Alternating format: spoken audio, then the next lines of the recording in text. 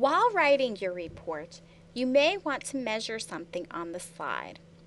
There's a measuring tool button which allows you to get a precise measurement. To use the measuring tool, just click the measuring tool button to select it.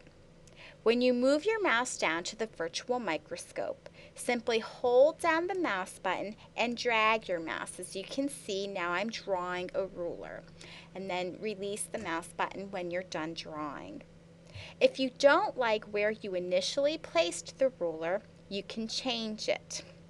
You can lengthen it or shorten it by holding down your mouse button on one of the end points.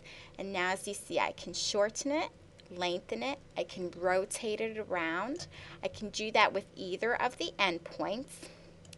You can also slide the ruler over to a different area of the slide by holding down the mouse button on the middle point and dragging the ruler around.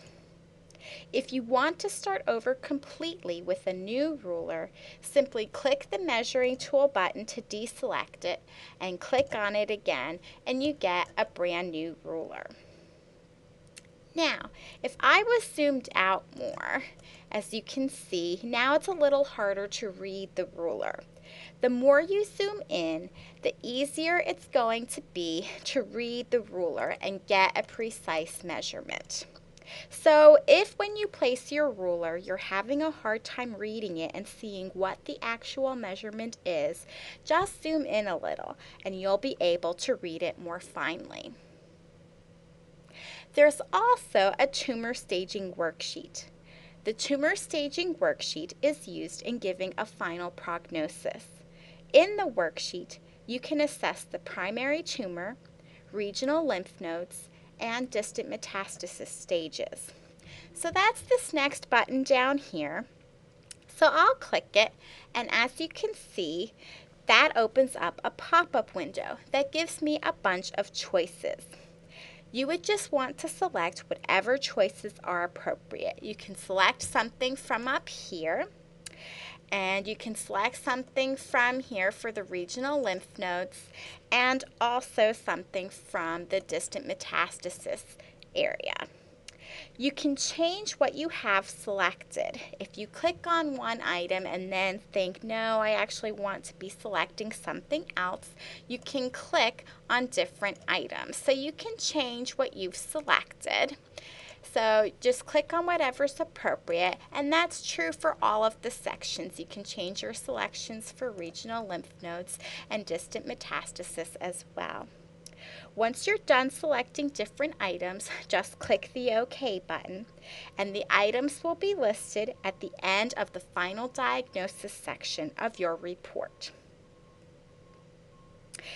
A copy of the CAP protocol is provided in the tutor.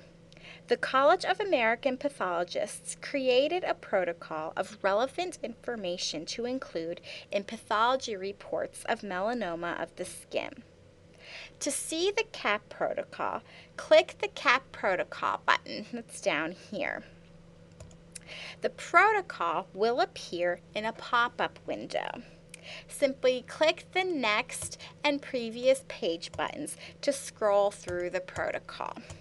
When you're done looking at the protocol, just click the OK button.